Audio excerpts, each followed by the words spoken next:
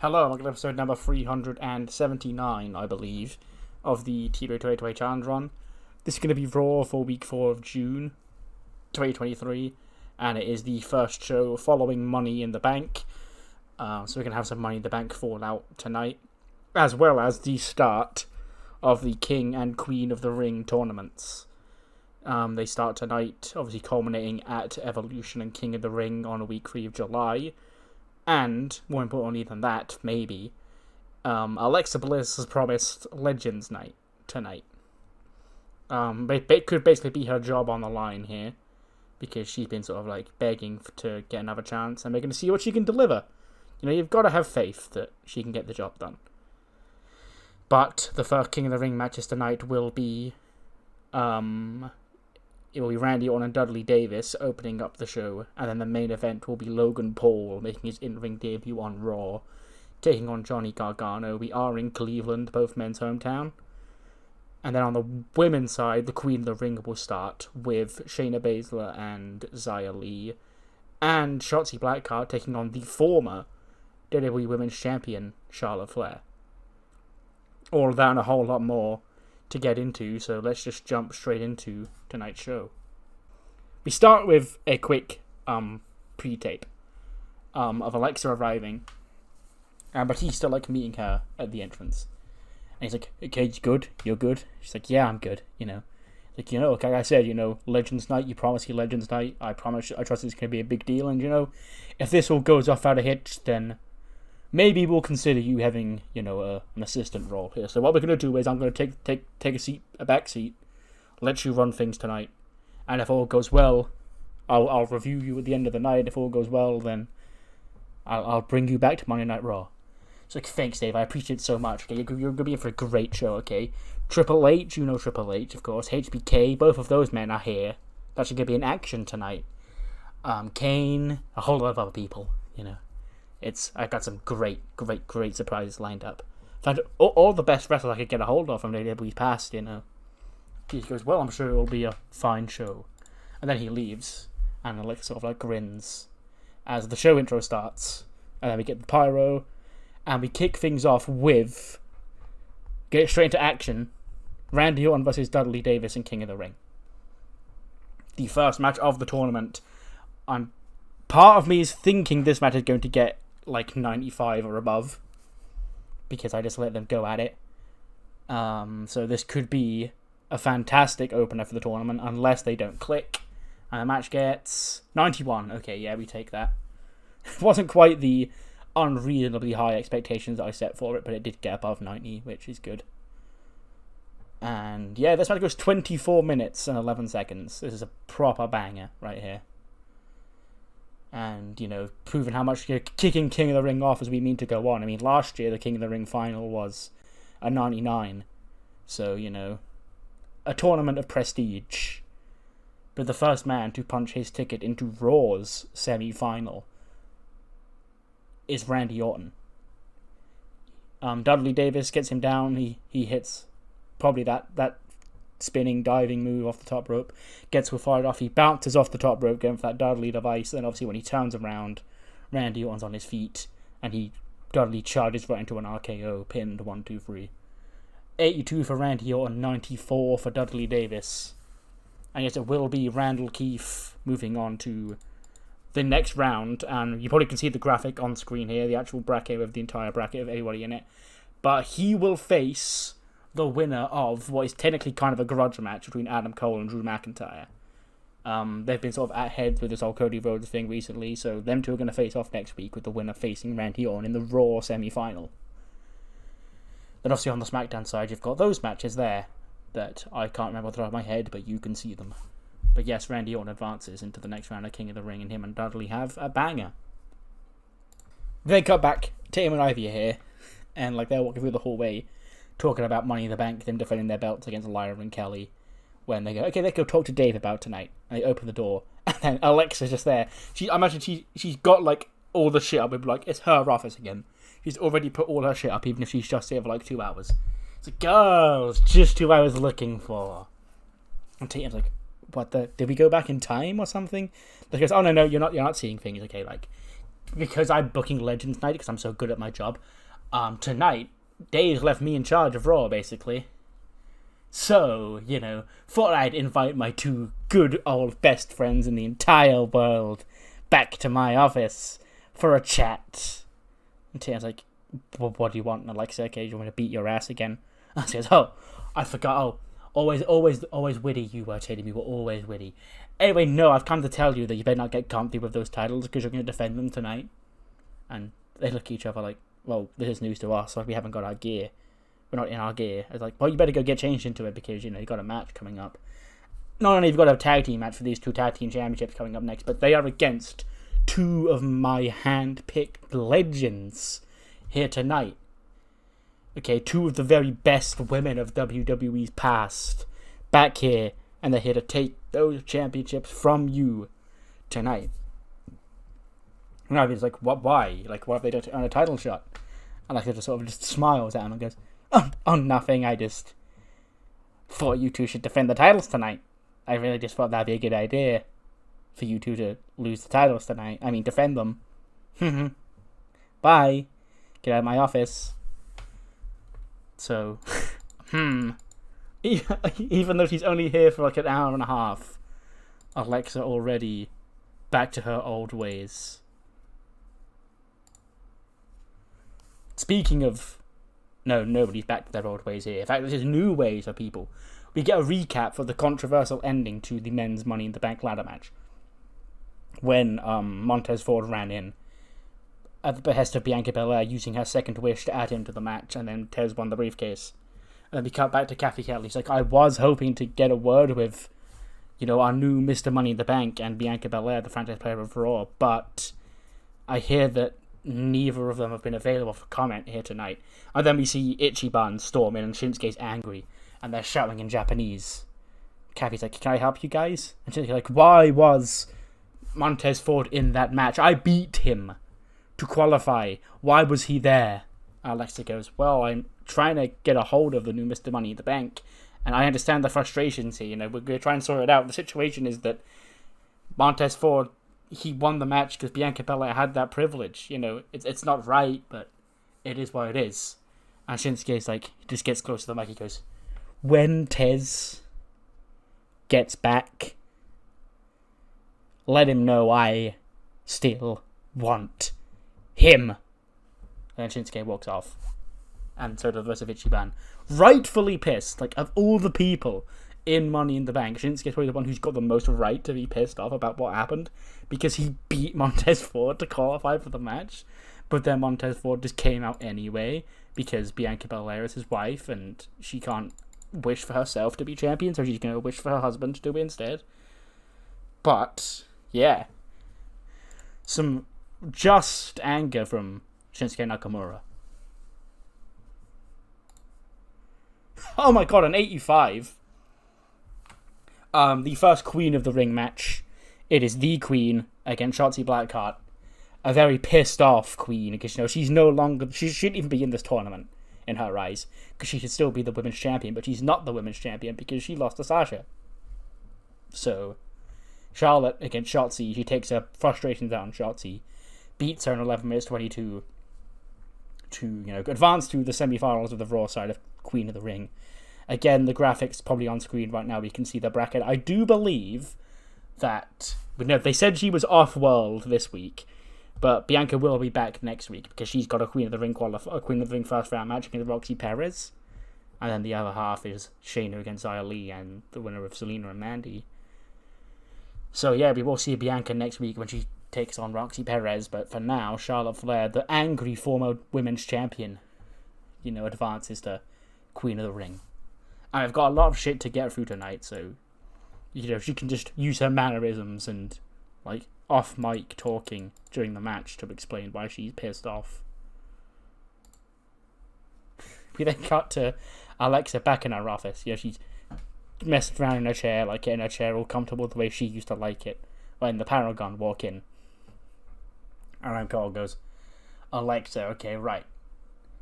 I always liked you more than Batista, but I never got to be a part of your show because I was on SmackDown back then dealing with Pierce. But, I like you, we see eye to eye here. So I've got Drew McIntyre next week And Cody Rhodes at Money in the Bank, didn't go the way I wanted it to go. I was thinking tonight, the Paragon as a full group, want 8-man tag team action. Alexa goes, I got you. Okay, as a matter of fact, I've just put off the phone with some more of my guys. They're coming here right now. Legends Night and all. We're going to get Legends Night properly kicked off soon. Okay, we had the 2 opening matches, but I was just getting the finalized bits and pieces together. We're actually going to get this booming. And you 4 are going to be a part of it, because you're going to be an 8-man tag team action against 4 legends of WWE's past. So go get ready, boys. Speaking of legends of WWE's past, we've got legends of WWE's present in J-Flow, and they are walking down the hallway, because this is an angle I always like to get in on shows like this. It's, for lack of a better term, the WrestleMania 22 hallway segment. They did this segment where Booker T was walking down the hallway before the Boogeyman match, and he just saw all these weird wrestlers. So this is the situation we're getting ourselves into here. Mackie and the rest of J-Flow walking in, just walking down the hallway, when they're briefly cut off and interrupted by Mikey from the Spirit Squad, in full Spirit Squad gear, and he goes, "Girls, give me a J, give me an F, give me an L, give me an O, give me a W. What's that spell? Oh, J-Flow." Mackie just shoves him on the floor and just walks off. And then you can see Tam or Mina ask who the fuck was that guy? And Mackie's must be Brooks's friend or something. And then they're cut off again by another person. This guy on a weird scooter. Simon Dean cuts them off, and he's ladies, big fan of this, J-pop. And I was just thinking, your idols and stuff, and your idols, they like to travel around the world and go on tour, and I've got a perfect thing. How about I sponsor you with this, the Simon System protein? And Mackie takes Simon Dean's protein, sniffs it, throws it on the floor, goes, "This is bad," shoves him off the bike, or the little scooter, and then they walk away from Simon Dean as well. And then they continue walking down, and then they bump into Snitsky. Or they bump into Snitsky, and then he spills coffee on them or something by accident. And he goes, "It wasn't my fault." And he goes, "Yes, it was, you big dummy." And Snitsky's "Sorry. There was something that I was... You know what? Forget it. I'll ask someone else." And he walks off. And Mackie goes, "What a weirdo." What were those 3 random-ass old wrestlers doing here? Speaking of the devil, I now know what Snitsky was doing here. He had a match tonight. Because the Paragon are in action. And they're taking on the godly quartet of Heidenreich Snitsky, Rory from the Highlanders, and Bam Neely. I'm sure you can all agree, 4 incredible legends from wrestling's past. Alexa has really come through with this ultimate dream team that the Paragon have wrestled here tonight. And obviously, because it's Heidenreich Snitsky, Rory from the Highlanders, and Bam Neely, the Paragon win in short order. I say short order. It goes 8 minutes because it's an 8-man tag. I want at least one funny bit where each of the shit old guys gets in and does a thing. But then, obviously, Adam Cole pins Bam Neely with the last shot. 75 for Kevin Fritz, 76 for David Fritz, 76 for Bobby Roode, 90 for Adam Cole, 54 for Bam Neely, 72 for Rory from the Highlanders, 58 for Snitsky, and a 46 for Heidenreich. Obviously, these are all face-morphed developmental guys, so that's why they're doing so well. They'd get 10s if I imported the real wrestlers in. But yes, what a random-ass collective here. Alexa, setting the bar high for the first appearances here tonight, with these 4, as well as Simon Dean and Mikey from the Spirit Squad. Who could possibly show up next? Well, I'll tell you who. The new WWE Women's Champion. Sasha Banks pulls up. And Kathy Kelly approaches her. She goes, "Sasha, first of all, congratulations on becoming the new Women's Champion. And secondly, what's next for you? Because, Queen of the Ring's going on." And Sasha goes, "Oh, I know Queen of the Ring's going on, Kathy. But as a champion, I like to take matters into my own hands. So, if you thought I was going to miss Evolution, you were wrong, because I'm defending this title there and everywhere. Because that's legit, and I'm finally, once again, on top of the women's division here in WWE. And I'm not going to let it go. And she just walks off. Kathy goes, okay then. Alexa then comes to the ring. And she goes, okay, well, ladies and gentlemen, welcome to Legends Night. Okay, so first of all, I just want to thank you all for, giving me the chance to really prove that I still have what it takes to be a great general manager here on Raw. And I agree, we've seen some great wrestlers from the past. I mean, when was the last time we saw Heidenreich? Okay, let's be honest, we see Hulk Hogan and Ric Flair 5 times a year. Okay, we haven't seen Snitsky since 2008. Okay, I think that's a more successful coup on my half. But it's okay, I know you're here to see the big stars. You're here to see the former world champions in action. Am I right? Am I right? I am. Yes, okay. So, I have brought you a very, very, very special matchup that's near and dear to my heart. Because obviously growing up, I was a DX girl. Okay. I'm sure a lot of you were DX girls. Some of you were NWO guys. Apparently I haven't got NWO guys, but I can deliver DX for you. Because at the request of me, the great GM manager Alexa Bliss, our next match will be Triple H versus HBK. Yeah, you love Triple H. You love HBK. Let's bring him out. Here comes our first Triple H, Mr. Henry Holmes Hughes. Out he comes. And his opponent, Harry Benjamin Kramer, HBK. And now, obviously, this very special matchup, I'm sure you can all agree. So I'm going to sit up ringside, and I'm going to watch this. Okay, now ring the bell. The bell rings ahead of HBK versus Triple H. The match gets a 48, because after 2 minutes, Bobby Lashley's music hits. He storms to the ring, and he tears both HBK and Triple H in half with a spear. 59 for HBK, 48 for Triple H. They are Griff Garrison and Clark Connors. Because I thought they kind of, if you squint, resemble a young HBK and Triple H. But Bobby Lashley tore them in half. And then MVP takes the mic. He goes, man, stop this dumbass bullshit. Alexa, you shut your dumbass up. You get your dumbass in this ring. She's like, okay, MVP, can I help you? And he goes, is this some kind of cruel, sick joke to you? The almighty Bobby Lashley, okay? Not on Raw. Because of bullshit like this. The almighty Bobby Lashley not in King of the Ring.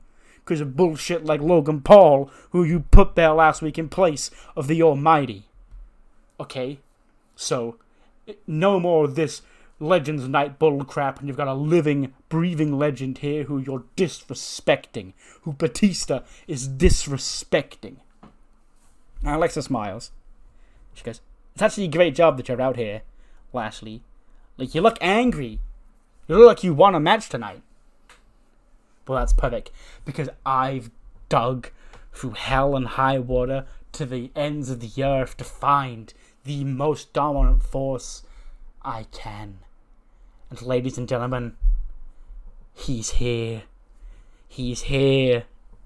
Your opponent, Bobby Lashley, I give you Blue Kane.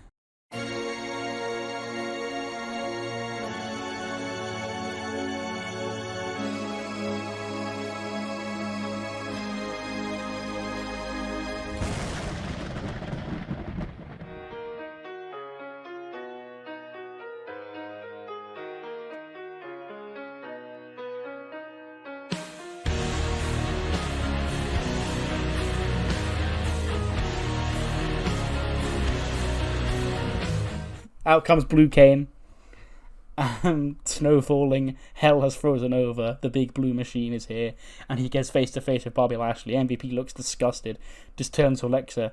Alexa's like sort of bobbing. Like, I'm Blue is still playing. She's sort of smiling and bobbing up and down. Going, it's Blue Kane. It's from Twitter. And MVP goes, You're a dumbass. Ring the bell.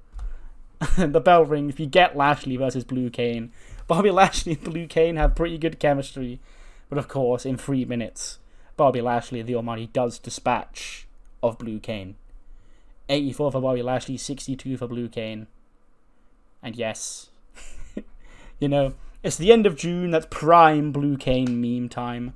So, they're going to bring Blue Cane in for an appearance because why not? It fit the theme of this show. But yes, Bobby Lashley does defeat Blue Cane here on Legends Night.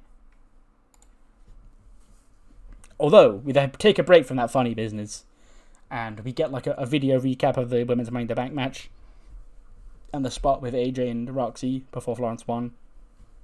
And then we come back to AJ and Roxy in the locker room.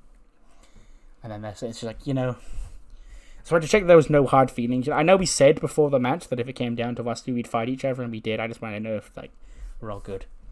And he goes, yeah, we're good, yeah. And Roxy goes, well, I need to... Okay, oh, wait, exactly. Oh, I know. You need to get ready for Queen of the Ring, Roxy. You need to get ready for Queen of the Ring because, you know, you're in Queen of the Ring. So some of us aren't lucky enough to be put in Queen of the Ring, huh?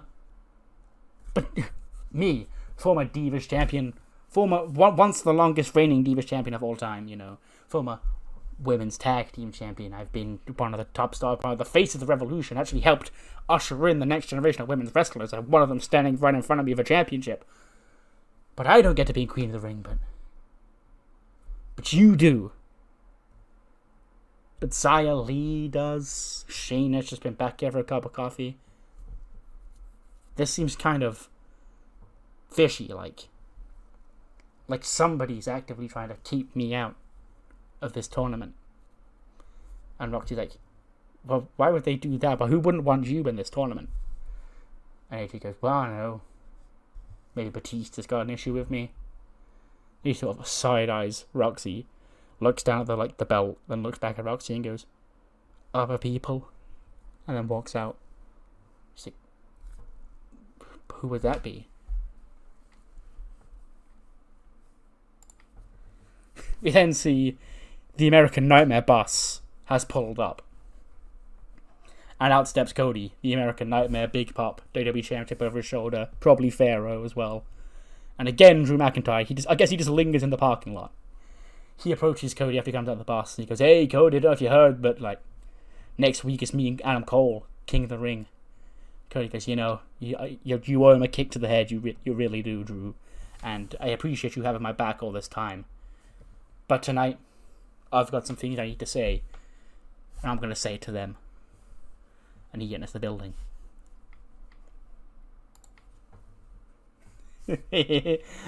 Tatum and Ivy make their entrance.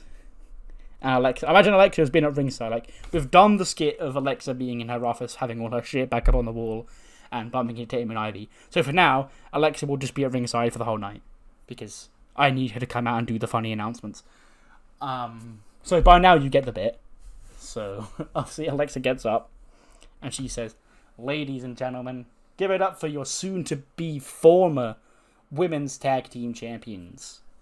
Now you see, I, like many of you, love when women learn to become great at what we do here.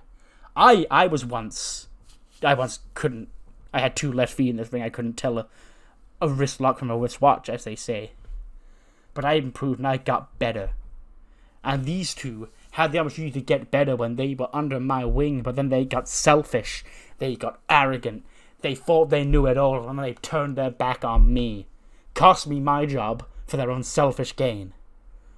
So someone like that needs to be punished. Someone like that needs to drop those women's tag team championships to 2 women who, quite frankly, never got the spotlight they deserved here in WWE. 2 women who have busted their ass since they left to become better. Out come Cameron and Eva Marie. Boos echoing down. Eva Marie and Cameron are going to wrestle for the women's tag team championships. Of course. Oh, they've got excellent chemistry together. Fuck's sake. But of course, Tatum and Ivy retain. Paxplex to Eva Marie to make defense number 4 of the women's tag team titles. Tatum got 67, 57 for Ivy, 28 for Cameron, and 26 for Eva Marie.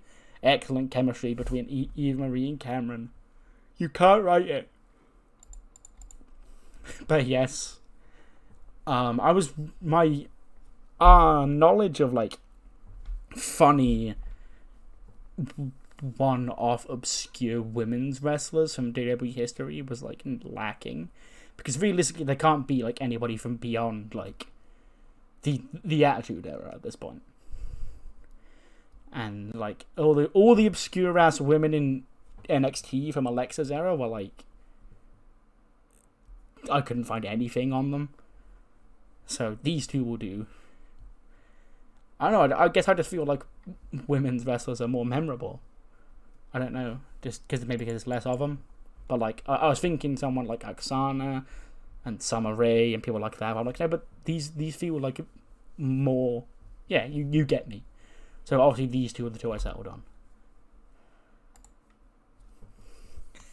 We then head backstage, and we see no longer the Raw Tag Team Champions, Path of the Dragon, with Xia Li. And Xia's getting ready for her Queen of the Ring match. And Zergus and Humberto sort of look a bit annoyed because they've had these belts since September. I guess they feel like they've let Tozawa down or something like that. I don't know. When they're approached by, of all people, Colin Delaney and Kurt Hawkins.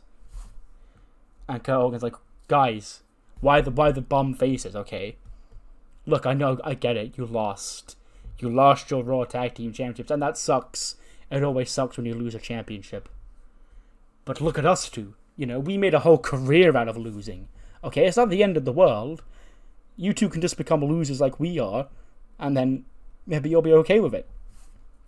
And Zergus sort of looks across at them and grabs them both by the throat. Probably hits a double chokeslam on them both. And just like, him and Humberto walk off as they leave Xia to train. So yeah, maybe not the right time to harass these two former Raw Tag Team Champions. But these two, yeah, both well known for losing, would make a funny cameo appearance here. Wrestling has more than one royal family. No more silly business, here comes Cody Rhodes. And he's so...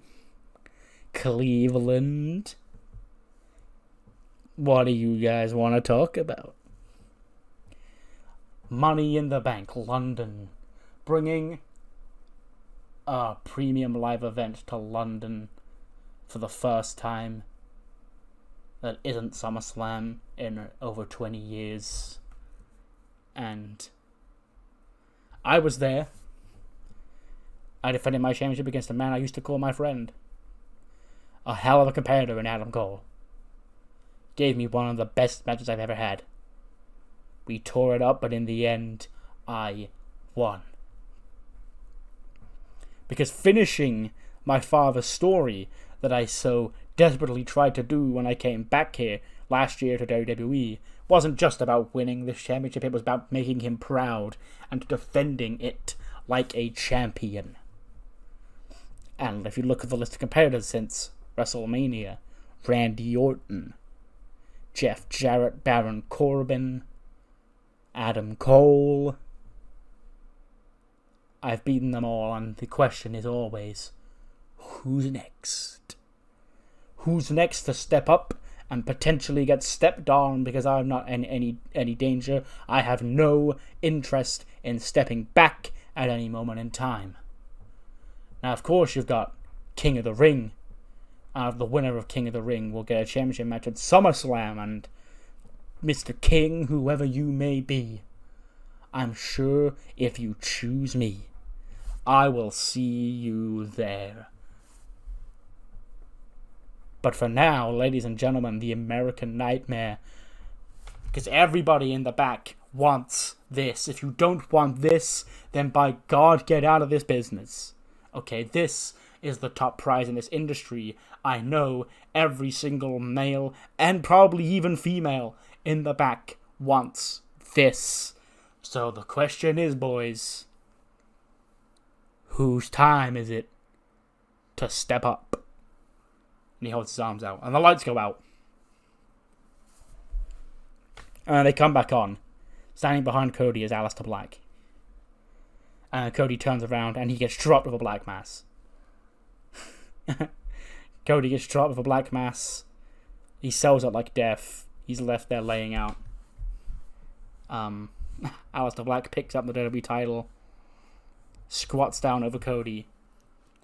He takes the mic and he goes, "You call yourself a nightmare."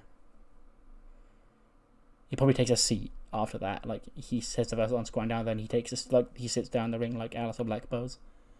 "You call yourself a nightmare, Cody. But one thing that you may not know about me is I live for that. I live in nightmares. So if you want to know who's next to step up, well, Cody, I didn't make this choice. The hands of fate did. And it's destined for you to fade to black." Then I imagine that Cody starts to get up, like, once the promo's finished. And then as he gets to his feet, Aleister drops him with a black mass the second time. And then he leaves. Drew McIntyre probably runs out to check on him. But yeah, Aleister Black, the man who's left a very impactful statement on Cody here tonight.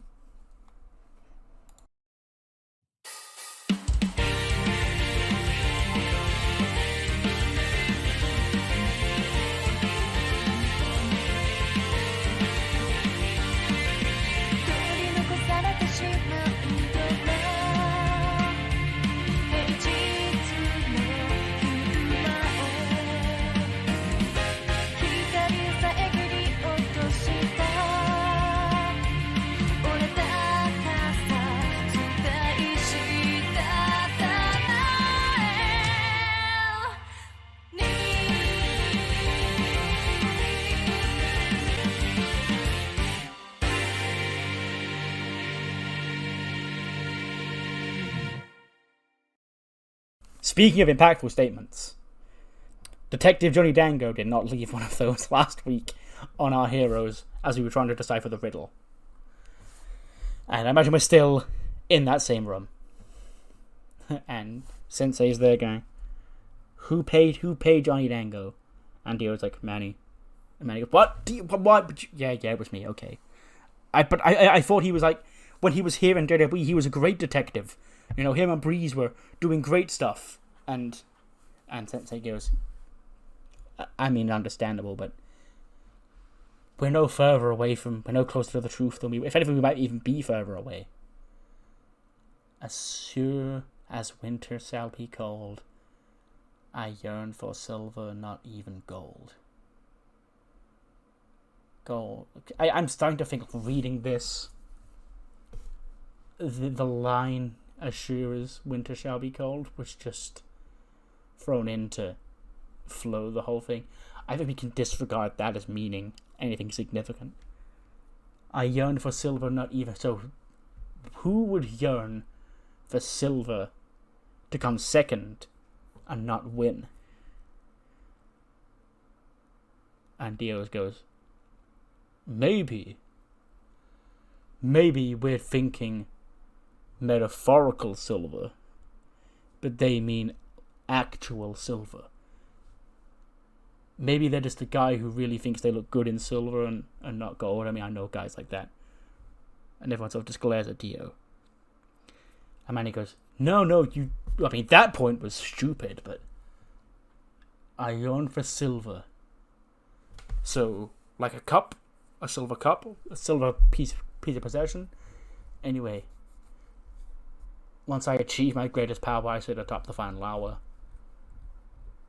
I think we don't need to harp on too much to this being about the pendant. Maybe he's already achieved his greatest power. Maybe the greatest power is a championship. Or, something of that caliber, winning brings a lot of great power to people. And the final hour, from 11 to 12. And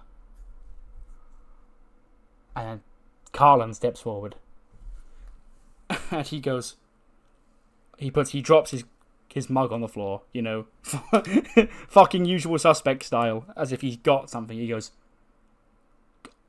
I know who it is. And he'll just turn to Carlin. And he starts scribbling stuff on the board. And he points us and he goes, Silver. Greatest power. Final hour. And then everyone just looks at the board. We can't see the board. We can't see what Carlin's drawn. But they'll just look at the board like mouths agape. Like, this seems flawless. And Sensei goes, well, if Carlin is correct, and the greatest power has already been achieved, we have to hurry. And they all run off. So there could be a breakthrough in the case here. Julia is then in her locker room when Sasha walks in. And she's like, hey there. And Julie goes, what? She goes, so, I know you are like the hot thing here. So you're probably wondering why, you're not a part of Queen of the Ring. And Julie goes, piss me off, yeah, why? Sasha goes, well, it's actually a compliment to you. Because I'm the WWE Women's Championship now. I don't know if you saw Money in the Bank where I beat Charlotte. And I get to decide my next challenger. And I want to face you at Evolution for the WWE Women's Championship. Provided you can earn it. So on Heat, I'm going to put you to the test. You're going to be one of 4 women in a fatal 4-way match. And if you win, you can challenge me at Evolution. Julia goes, I appreciate it. Your mistake. Enjoy your 4-week title run. And she walks off. And Sasha's like, oh, confident girl. I see. 74. That's actually pretty good. Did I get boosted for being part of a tournament? No. But yeah. The second first round Queen of the Ring match. Shayna Baszler defeats Xia Li. Kirifuda clutch 10 minutes. 68 for both women. Somehow they're both on the same. Xia Li, once I started giving her wins on Heat, she actually got kind of decent pretty quickly. And yeah, this match was pretty good. 68 for both. And yeah, Shayna Baszler advances. She will face the winner of Zelina Vega versus Mandy Rose in the semi-final on the Raw side in 2 weeks' time. But that's 2 weeks' time. Next week, we've got the other 2 first-round matches from the Raw side of King and Queen of the Ring. And we're going to get an old Royal Rumble-style promo. They did it on SmackDown this week. The one where LA Knight came out in front of the crowd and everyone else cut them in the back. We're not going to have an LA Knight here. We're just going to have everybody in the back. Grayson Waller ranting about how he was robbed at Money in the Bank, lad. He was only preparing for 7 people. There was 8. That's kind of bullshit, lad. But I'm going to become the king in it. And then Xavier Woods, he says, last time I was in King of the Ring, my childhood dream to become King of the Ring went up in smoke because I was betrayed by a man I thought was my best friend. But this year, with me being screwed out of Money in the Bank and Ian Kof leaving me to do my thing and become world champion, that begins by winning King of the Ring, my childhood dream. So Grayson, you're a loudmouth and you're good. But next week you're going to suffer the consequences. And we get Adam Cole, and he goes, who's ready for story time, Adam Cole, baby? So, Cody Rhodes thinks that he's out of the woods. He thinks he's got away beating Adam Cole, baby, back at Money in the Bank. Well, I don't know how it's going to work. Because Adam Cole, baby, is in this tournament, and I'm going to win the whole thing. And I'll see you again at SummerSlam. Rhodes. Boom. And Drew McIntyre steps up. He goes, so Cole, been a bit of a thorn in my ass for the last couple of weeks since War Games, and I'm gonna love nothing more than next week to crush his dreams of becoming king. as easy as 3, 2, 1. Then we hear from the women. Roxy, she says, I was the youngest Liberty Champion of all time. Liberty Champion, just 21 years old. I could become the youngest queen of the ring. And Sasha, you're a great target, because I'm looking to become Roxy 2 belts and queen. Then Zelina says that she's been overlooked. She probably looked at as the underdog from this Raw side of the bracket, and she likes that. She's been told she's never going to do anything all her life. That only fuels her even more. So next week, she's going to punch her ticket to the semi-finals on the Raw side.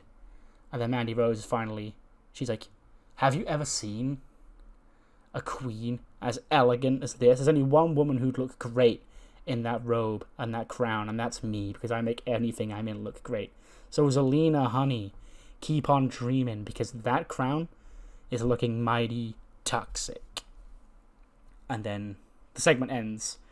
Then I imagine it flashes on screen. There's like a black background with text on it that says Bianca Belair was not available for comment for her upcoming match, but she will face Roxy next week.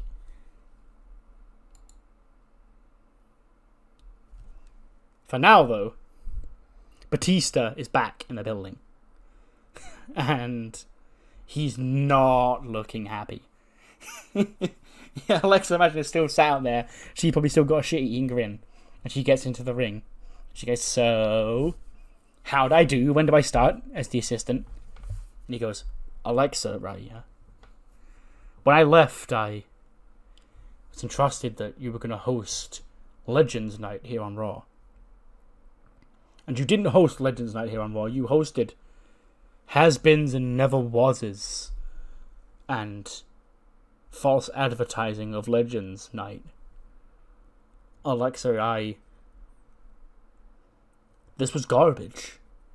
And she's like, what? What do you mean, God? Blue Cane was here. And Batista just pauses. He's like, oh, okay, Blue Cane is pretty funny. But the rest of this was terrible, Alexa. And if this is what best you can do, then you're never even sniffing a management job here on Raw ever again. Boogs, he may not be great, he may not be perfect, he may not even be good. But Boogs' heart is in the right place, and yours is just, you're doing this for your own selfish gain. Making Tatum and Ivy defend the championships because you've got a vendetta against them. Bringing out legends, false advertising, making people think they're getting what they want, and don't even get me started on Bam Neely. Alexa, best of luck in your future endeavors. Big Pop and Batista leave. And she goes, no, Dave, this night is not over, so I'm not going anywhere. This is my ring, and I'm just going to stay here, and I'm going to sit here for the rest of the show. She takes a chair out, she takes a seat, and then Batista like, security, get her out of here. A bunch of security guards storm into the ring. It's like, no, this is my night. This night is not over. Okay, Logan Paul is still yet to come. Okay, you love Logan Paul, right, Cleveland? You love Logan Paul, yeah? Booze. Like, oh my God, guys, you fucking say you like Logan Paul, okay? And then security's like, Miss Bliss, this way. She's like, get your hands off me. And then she's like restrained by security. And then we watch security take her all the way to the back. She's kicking and screaming. She's got security holding each of her legs. It's like her legs flail around, arms flail. She's screaming, and then she's thrown out of the building, like physically. And Batista goes, "Good riddance to that." Then we can just hear banging on the door, like, "Hey, let me back in! Let me back in! You can't do this to me. You know who I am." So with that out of the way, we look ahead to next week. And next week, unlike this week, is stacked. Because as we saw, we have the final two first round matches for men's and women's. Well, King and Queen of the Ring, basically. She may have not been here tonight for suspicious reasons, but Bianca Belair will be here next week, and she will be in Queen of the Ring action when she takes on Roxy Perez, the Women's Liberty Champion, in the first round of the Queen of the Ring tournament. And the other Queen of the Ring first round match on the Raw side will be Zelina Vega of the LWO taking on Toxic Attractions and Mandy Rose. And of course on the men's side, it will be Grayson Waller, the Aussie Dynamite, the Dynamite from Down Under, taking on Xavier Woods, once again looking to make his dream of becoming king come true. Can he get it done this year? Who's to say? And then finally, it's Drew McIntyre and Adam Cole, baby. Something of a grudge match. Going to be settled in a King of the Ring first round bout next week. But that's not all, because we haven't seen our new Raw Tag Team Champions tonight, AJ Styles and Finn Balor. Because, you know, we had to squeeze Heidenreich and Snitsky and Blue Kane on the show. But next week, the new Raw Tag Team Champions will be here in the building. As will the new Intercontinental Champion Sheamus, who will host an open challenge for his finally won championship after so many years of trying back at Money in the Bank. 89 rated main event, two Cleveland boys, Johnny Gargano, and the in-ring Raw debut of one Mr. Logan Paul. Cleveland, of course, on the side of John. They're both hometown boys, but they have a favourite, of course. And that's obviously Johnny Gargano. But it's not Johnny Gargano who picks up the win. It is, unfortunately, Logan Paul cheats to win. And Logan Paul, one step closer to becoming king. He got an 86, Johnny Gargano got an 84. Logan Paul, I can't believe it, that son of a bitch. Could he become king? I can't believe I'm even saying those words or putting that thought into your brain. But it is now a possibility that we have to consider. And then I imagine that we get the graphic and the show goes off the air. But we do have one more segment. I'm calling it a quote-unquote post-credit scene because I imagine it happens like after the little graphic comes up and we fade to black. But it starts with like a shot of like a rainy.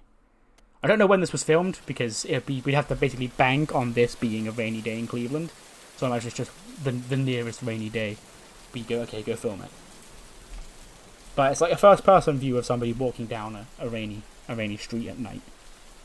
Like the lampposts are flickering and shit. And we just hear the footsteps as they walk down the alley. And then we cut across to a blonde woman that's sat on the curb. We can hear her cry. We can't see her face, we can hear her crying.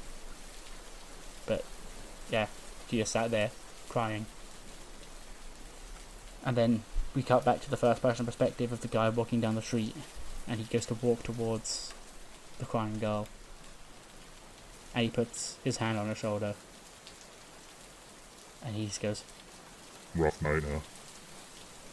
And then the blonde girl who's crying lifts her head up. And there, looking back at us, is a makeup-stained, a combination of rain and tears smudged her makeup.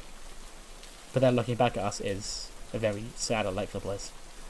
She goes, I just wanted to be me again. It's not fair. Life's not fair. And then the guy, we still can't see the guy's face. He just offers a hand out and he goes, "Life can be fair. If you're willing to make it. Count of me, young one. I have someone who you might want to see." And then the show ends. 92 rated show. Banger show, if I do say so myself. In the middle of all of the silly fucking Legends Night bits. This was one of my favourite shows to book in general. Because it had the bangers in King of the Ring. But also, it had shit that appealed to me. Like, digging the most obscure-ass fucking mid-2000s wrestlers like fucking Rory from the Highlanders and booking them on a show. So thank you, whoever left that goal of Legends Night but bad. It's actually helped me with a very important plot point going forward, and it was just a hell of a lot of fun. But with Alexa now detained from the building. Heat will go on as normal, run by Brandy. And as Sasha said, there will be a fatal 4-way for a number one contenders match, which will include Julia. And we'll get to that on the other side here. The show opens up with an in-ring promo from Next Gen. It feels like a while since we've seen them, but I don't think it actually was, because it's been a while since I recorded. And the last episode of Heat was the all show long gauntlet, so they weren't on last week. But they are just going to cut a promo here tonight, reminding them, we won War Games, and we've destroyed the past. Lita is now sat behind that commentary desk forever, never to wrestle again, because we embarrassed her inside War Games back at Starrcade. So now, with the past dealt with, it's time to look at the present, and taking care of the stars of the present. And we're going to change up gimmicks real quick. Great for Nene, okay. And yeah, the tag match is Nene Yarazawa and Kathy Cool against Nightlight. It is, of course, the Next Gen duo who win. Kathy pins Shantae with the Razzle Dazzle. 36 for Nene, 35 for Kathy, 74 for Naomi, and 45 for Shantae Washington. So yeah, just a big win for Next Gen. I want to keep them looking like a threat, because they do have big summer plans. But I didn't really have anything between May and June for them. Oh, Mackie's got fucking hernia. Great. How did she suffer that in a match? I don't fucking know. But I was about to say, ma'am, J-Flo have got the funny thing going with Brooks Jensen now. So I want to start giving Mackie J-Flo wins. I'm going to start with Mackie against Piper Niven. But she's got a hernia, so she's probably out for a couple of months. So that fucking sucks. And that brings an end to that. But yeah, 83 for Mackie, 63 for Piper, 70 for the match because of the injury. Mackie won with the diving headbutt. Not that it matters anymore. I may be overreacting. I think it's just a hernia. I think it should be a couple of months, though. It is a hernia. We then get another 70 rated match. It's a tag match. Birds of Prey to get a rebound win over Kelsey Cook and Amory Porter. Lyra pins Kelsey with the guillotine, because Lyra is in Queen of the Ring. None of these others are, but she is.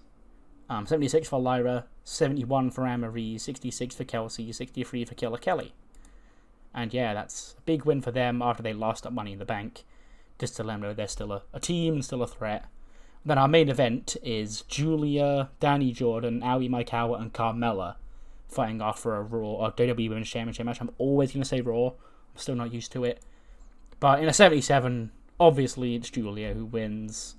She beats Aoi, Danny Jordan, and Carmella 15 minutes and 2 seconds. Diving crossbody to, I guess, make her the number one contender for Sasha Banks' WWE Women's Championship at Evolution. 86 for Julia, 71 for Aoi, 70 for Danny Jordan, and a 55 for Carmella. And that ends a very quick but basic but fine episode of Heat. Gives us 72. What matters more is what you thought of the show, mainly of Raw. What did you think of Legends Night with all those great wrestlers from the past that Alexa brought in? And I'll see you next time for SmackDown as we begin their build to King of the Ring and Evolution. And we'll probably actually hear from the Money in the Bank winner on that show, because she won it fair and square. See you then.